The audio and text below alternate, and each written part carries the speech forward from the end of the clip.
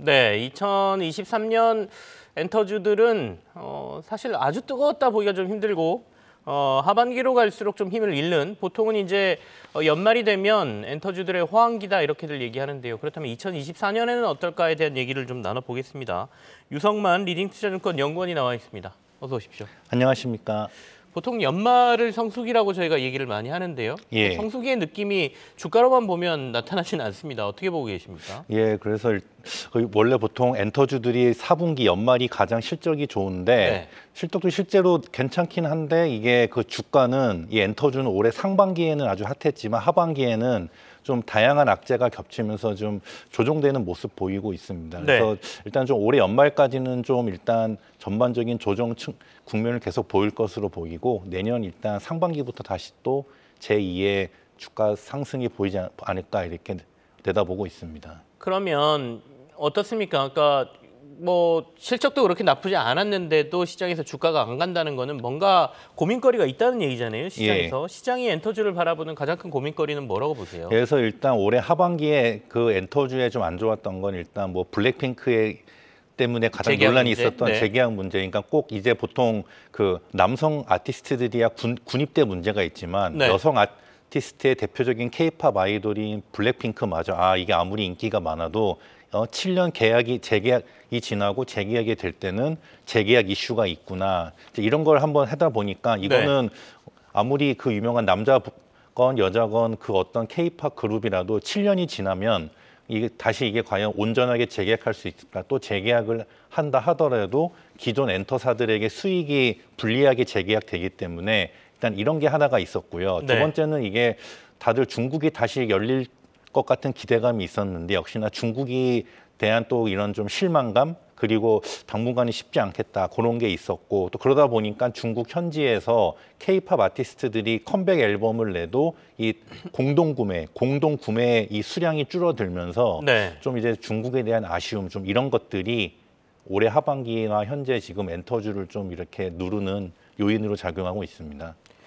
자, 이제 뭐니 해도 엔터주 중에 가장 선두권은 하이브라고 봐야 될 테고요. 예. 하이브는 이제 재계약 문제는 아닙니다만 공백기, 그러니까 BTS의 공백에 대한 항상 시장에 두려움이 있죠. 걱정이 있고요. 예. 이제 멤버들이 하나둘 군대로 가고 있는데 2024년에 대한 하이브 전망은 어떻게들 하고 계세요? 예, 그래서 일단 그 군입대에 대한 공백기는 이제 군백기라고 하거든요. 요즘. 군백기. 군백기라고 하는데 이제 최근에 나머지 멤버들이 입대하면서 현재 BTS 멤버들 전원이 다 지금 군입대를 하고 있습니다. 그래서 뭐 이제 해외 뉴스 보면은 이제 마치 이게 해외로 보면은 비틀즈가 전성기에 해체된 것과 같다 그러는데 일단 그거는 너무 걱정 안 하셔도 될 게 또 반면에 내년 중순이 되면요. BTS 멤버 중에 군대를 제일 먼저 갔던 멤버 한 명, 진이 또 내년 한 6월인가 7월쯤에 또 제대를 합니다. 예, 그게 있고 그다음에 이제 내년도가 어떻게 되냐 일단 봐야 되는데 하이브 같은 경우가 보면은 일단 그 신인 대비 모멘텀이 많습니다. 국내부터 해서 해외 예, 또 현지 이렇게 많고 또 그리고 여기가 이제 또 부가 사업으로 했던 게임 퍼블리싱 사업 있지 않습니까? 별이 되어라 2도 이제 퍼블리싱을 시작합니다. 그리고 위버스 같은 경우도 SM 엔터 입점에 따른 효과가 있기 때문에 비록 BTS가 전원이 군입대 간 거는 아쉽기는 하지만 또 내년 하반기가 되면 멤버 진이 제대해서 돌아오고 그래서 오히려 하이브 같은 경우가 일단 조정을 많이 받았고 그렇기 때문에 오히려 또 봐야 되지 않나 이렇게 보고 있습니다. 결국에는 이 시기에 하이브의 다른 어떻게 보면 사업들, 아까 위버스 얘기도 하셨고 게임 퍼블리싱 얘기도 하셨는데 그게 얼마나 잘 되느냐에 따라서는 하이브가 기본적으로 가지고 있는 멀티플보다 조금 더 받을 수 있는 계기가 될 수도 있겠네요. 예, 맞습니다. 그래서 뭐 물론 기본적으로 이 엔터사들이 물론 케이팝 아티스트들이 잘 돼야 되는데 하이브 같은 경우는 이제 위버스와 같은 플랫폼 그리고 게임 퍼블리싱과 같이 그냥 실제적으로 돈이 되는 부가 비즈니스로 확장을 하고 있기 때문에 비록 BTS가 맨 처음에 하이브가 상장했을 때만 해도 거의 매출의 대부분이었고 현재는 지금 한 60% 정도 됩니다. 물론 그 멤버들이 군대는 갔지만 그 남은 40%를 뭐 세븐틴이나 그리고 뭐 TXT 그리고 그 르세라핌? 예. 네. 르세라핌 다른 그 멤버들이 메꿔주고 있고 또 네. 위버스와 그리고 이런 게임 퍼블리싱 이런 새로운 부가 사업들이 계속 성장하고 있기 때문에 제가 보기에는 이제 BTS의 빈자리를 메꿔주고 또 그러다 보면 내년 중순에 이제 진이 다시 돌아오는 것처럼 BTS 하나둘 이제 멤버들도 BTS 하나 멤버들 둘씩 돌아온다고 하면 돌아오기 때문에 또 BTS 멤버가 이 완전체가 안 해도 개인 멤버들이 충분히 네. 빌보드 1등을 하면서 충분히 수익화될 수 있다는 걸 보여줬기 때문에 예. 이게 또 희망 고문이 아닐까라는 생각을 하시는 분들이 계실 수 있는 게 SM 같은 경우가 상반기에 제가 이제 엔터 업종 담당하시는 분들하고 얘기를 나눠보면 예.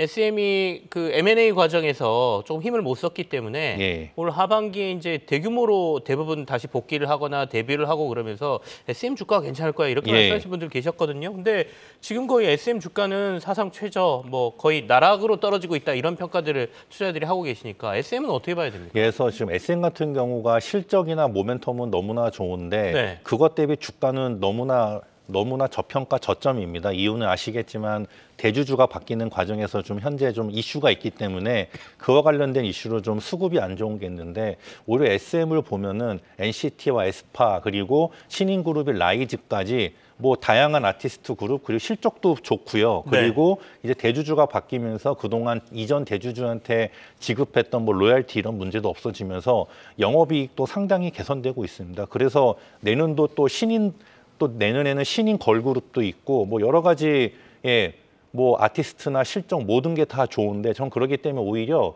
지금 만약에 지금 당장 이렇게 좀 그 저평가된 엔터주를 찾는다면 네. 제가 보기엔 SM이 제일 좋습니다. 그래서 당장이야 그런 좀 그 대주주 변경에 따른 이슈가 있지만 이것도 좀 시간이 지나면 해결될 거기 때문에 오히려 단기적인 저점 매수 측면에서는 제가 보기엔 SM이 가장 이 시점에서는 제일 좋지 않나 이렇게 보고 있습니다. 그러니까 어떻게 보면 주가가 반등해야 될 시점에 예. 그 저희가 인수하면서 이제 주가 조작이라든지 뭐 이런 문제 때문에 또 조사를 받고 있기 때문에 예. 주가가 그 불확실성을 반영을 하면서 반등을 못 하고 있어서 지금 보면 어떻게 보면 SM이 가장 저평가된 상태다 이렇게 평가를 해주셨어요. 예. 그 외에도 이제 엔터사 뭐 JYP도 있고 YG 엔터도 있지 않습니까? YG 엔터는 사실 블랙핑크 재계약한다고 하니까 그냥 주가가 확 뛰었다가 다시 다 빠져버리네요. 그러니까 일단 YG 엔터는 일단 불행 중 다행인 게 그래도 그 현재 YG 엔터의 주된 주력이자 가장 큰 매출의 큰 부분을 차지하는 이 블랙핑크가 이 완전체 활동에 대해서는 재계약을 했습니다. 그런데 그렇기 때문에 그동안 주가가 고점 대비 반토막 가까이 났다가 이게 재계약 발표가 된 날 거의 상한가 가까이 갔었는데 아쉬운 건 일단 이게 완전체 활동에 대한 것만 재계약이지 각 블랙핑크 개별 멤버들에 대한 계약에 대해서는 아직 구체화된 게 없거든요. 그리고 공식화된 이 완전체 활동조차도 기존 1차 7년 계약 대비 2차 계약은 분명히 YG 엔터 회사 측에게는 좀 수익 분배 측면에선 불리할 것이기 때문에 그래서 분명 이제 어느 정도 주가의 하방을 분명 막아주는 건 있는데 그렇다고 해서 과거의 그 고점 가치 그렇게 좀 회복되기에는 아무래도 추가적인 게 필요합니다. 그래서 그럼 뭐가 필요하냐면 이번에 새로 데뷔하는 그 걸그룹 베이비 몬스터가 그 현재 지금 잘 나가는 뭐 에스파나 아니면 뭐 아이브나 르세라핌과 같은 그런 그 파괴력이나 흔히 말하는 미래에 대한 희망을 보여주던가 아니면 남자 보이그룹 측면에서 뭔가 좀 더 추가적인 성장이 있어야지 물론 블랙핑크도 잘하고 돈을 많이 벌어오지만 이 블랙핑크 말고 또 다른 이 보이그룹이나 신인그룹이 좀 더 성장하는 모습을 보여주지 않겠나 이렇게 싶습니다. 물론 K-팝이 계속해서 성장을 하고 있습니다만 2024년에도 이런 성장세가 유지될까에 대해서는 물음표가 조금 찍히는 것도 있는 것 같아요. 앨범 판매 조금 줄었다는 얘기도 있고 그런데 2024년 엔터 4사 주가 상황은 어떨 걸로 보세요? 그래서 일단 요즘 그 엔터에서 가장 짓누르는 오는 게 이제 K-팝이 글로벌화된 거는 뭐 누가 말해도 아는데 문제가 이제 글로벌 이제 뭐 미국도 유럽도 진출했으니 더 이상 성장의 룸의 그 성장의 기울기가 다소 조금 완화되는 거 아니냐 그런 우려가 있고 두 번째는 역시나 중국이 다시 열릴 줄 알았는데 또 좀 현 정부 상황에서는 중국과의 관계가 드라마틱한 개선 가능성이 그렇게 높아 보이지 않으니 또 중국이 계속 막혀 있다면 K-팝이 물론 성장은 하겠지만 BTS가 막 빌보드 1등하고 그 작년 그 올해 중순까지의 그 막 가파른 성장세에 대해서는 좀 그런 건 좀 다소 힘들어 보이지 않겠느냐, 좀 거기에 대한 그런 건 있습니다. 예, 근데 저는 물론 좀 그런 것도 있지만 문제는 이제 그동안 K-팝의 이 팬덤이 넓어지면서 이 글로벌하게 K-팝 그 저변이 넓어졌기 네네. 때문에 저는 제가 보기엔 앞으로도 그 내년뿐만 아니라 내후년까지도 계속 지속적으로 이 K-팝은 우리나라가 주도가 되는 네. 몇 안 되는 성장 업종이라고 좀 보고 있습니다. 오늘 말씀하신 걸 제가 종합해 보면 단기적으로는 SM이 조금 접근할 만하고 예. 내년의 타픽은 BTS가 있는 하이브다. 예, 맞습니까? 맞습니다. 예, 예. 왜냐하면 뭐 이미 군대도 갔고 또 멤버들도 돌아오고 다른 멤버들 좋고 또 위버스나 이런 뭐 그 게임 퍼블리싱 사업 다 성장하고 있기 때문에 네네. 예, 저는 그렇게 말씀드리고 싶습니다. 알겠습니다. 2024년 엔터주 전망까지 저희가 살펴봤습니다. 리딩투자증권의 유성만 애널리스트와 함께했습니다. 감사합니다. 고맙습니다. 네, 여기서 마무리 짓겠습니다. 시장이 다시 조금 상승폭을 높이네요. 코스닥 종합지수 1.16%, 코스피가 1.35%까지 오르고 있습니다.